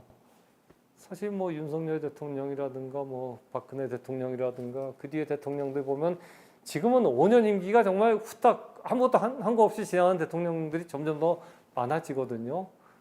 그런 걸 비교하면은 박정희 대통령보다도 훨씬 그 업적에서는, 그 5년 동안의 업적에서는 DJ 업적이 훨씬 크게 평가받을 수 있지 않을까 하는 생각을 하고, 그 점에서 좀 저평가돼 있다. 그 저평가돼 있는 거는 아마 그 임기 말에 이제 새 아들 비리라거나 이제 측근 비리, 또 호남 편중 인사, 그런 논란들이 많이 이렇게 국민들에게 작용했을 텐데, 앞으로 이제 국정 운영만을 갖고서 평가한다면은 앞으로 DJ의 평가는 점점 높아지지 않을까.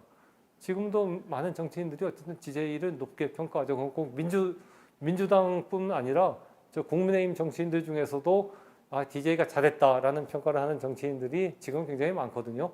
적어도 DJ가 잘했다라는 걸 부정하는 정치인은 진보 보수를 떠나서 지금은 찾기가 어려워졌다. 그러니까 앞으로 국민들 사이에서도 이제 시간이 흐를수록 DJ의 레가시에 대한 재평가는 좀 이루어지지 않을까 하는 생각이 듭니다.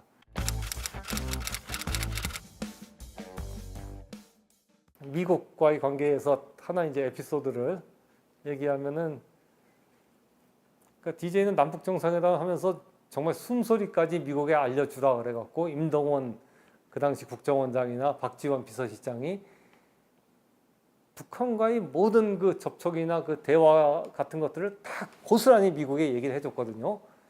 사실은 그 점에서 보면 진보 진영에선 저 김대중 대통령이 너무 미국에 대해서 저자세자라고 비판할 수 있는 부분들이 있을 것 같아요. 이제 남북 사이에 따로 이렇게 얘기하는 민족적인 어떤 관점이 아니라 정말 철저하게 미국과 협의하면서 남북 관계의 진전을 이뤘거든요. 이거 박지원 실장이 얘기해준 일화인데, 그 남북 정상회담이 열린 다음에 그 당시 클린턴 행정부니까 웬디 셔먼이라는 그 미 국무부 조정관이 왔었는데, 한번 그래갖고 웬디 셔먼의 초청으로 미 대사관에서 이제 박지원 장관이 저녁을 먹었단 거예요. 먹으면서 쭉 얘기를 했다는 겁니다.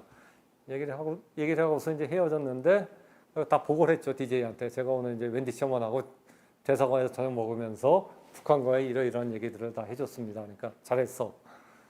근데 그 다음에 또 웬디 셔먼이 연락이 와서 이번에 술을 한잔 하자, 대사관에서. 그래갖고 처음에는 자기가 그 술 한잔 하자는 걸 거절했답니다. 왜냐하면 지난번에 한번 만나갖고 다 얘기해줬는데 뭘 또 술을 마시자고 하나 그래갖고 DJ한테 아니 지난번에 웬디 셔먼한테 다 모든 걸 다 얘기해줬는데 또 술을 한잔 하자고 그럽니다. 제가 거절했습니다 하니까 아니 왜 거절하냐, 가서 당연히 해야지. 왜냐하면 지난번에 당신이 한번 얘기를 했지만 아직 웬디 셔먼과 미국 정부는 당신 말을 믿지 못하는 거다. 술 마시면서 다시 한번 확인하려고 그러니까 만나갖고 또 얘기를 해라. 그래서 이제 두 번째로 웬디 셔먼과 미 대사관에서 만나서 이제 술을 그때 굉장히 많이 마셨답니다. 그래갖고 거의 뭐 집에 돌아오는 과정이 기억이 안 날 정도로 술을 많이 마셨는데, 그 다음날 박지원 장관이 굉장히 부지런하거든요. 아침 일찍 일어나는데 그날은 아침에 워낙 술을 많이 마셔갖고 자고 있는데 그 부인이 깨우더란 거예요. 빨리 일어나라고, 대통령 전화가 왔다고. 그래갖고 깜짝 놀라갖고 일어나갖고 대통령 전화 받아갖고 아유 죄송합니다. 제가 어제 너무 술을 많이 마셔갖고 지금 늦잠을 잤습니다. 그러니까 대통령이 얘기는 다 했냐고. 예, 어제 술 마시면서 뭐 이런저런 얘기를 다 한 것 같은데 무슨 얘기를 했는지도 잘 기억이 안 납니다. 그러니까 잘했어. 그렇게 해야지 미국이 당신을 믿고 우리 정부를 믿을 거야. 그 정도로 진짜 DJ는 미국의 모든 얘기를 다 해줄 정도로 미국을 믿고 미국과 함께 했던 거거든요. 그만큼 어떤 미국에 대한 신뢰가 있었고, 그만큼 또 미국 클린턴 행정부는 그러니까 이제 DJ한테 대북 관계에서는 DJ 대통령이 운전대를 잡으라고 클린턴이 양보를 했던 거, 그런 신뢰 관계가 있었던 거죠. 그 점에서는 진짜 친미 정부라고 객관적으로 보면 이제 프로 아메리카, 프로 USA 정부라고 이렇게 얘기해도 사실은 할 말은 없죠. 근데 그거를 이제 빨갱이라고 오히려 이제 보수 쪽에서는 비난을 하니까 어떻게 보면 양쪽에서 이렇게 비판을 받았던 그건 노무현 대통령도 좀 비슷한 측면이 있어요. 한미 FTA 할 때 진보 진영이 얼마나 비난을 했습니까? 저거 완전히 친미적인 정책을 편다고. 근데 사실 그거 아니었거든요. 나중에 한미 FTA가 오히려 한국에 많은 도움을 줬던 거죠. 그 점에서 보면은 사실은 DJ나 노무현이나 미국에 대해서는 친미 반미를 떠나갖고 굉장히 실용적으로 접근했다. 그러니까 우리나라의 국익에 도움이 되는 방향으로는 미국에 굉장히 그 협조를 했고, 반대로 뭐 우리 국익에 도움이 안 되는 거는 뭐 반대하는 게 있었을 수 있는 거죠. 그랬던 실용주의적으로 이렇게 미국과의 관계를 맺었던 어떤 대통령이 아니었나 싶습니다.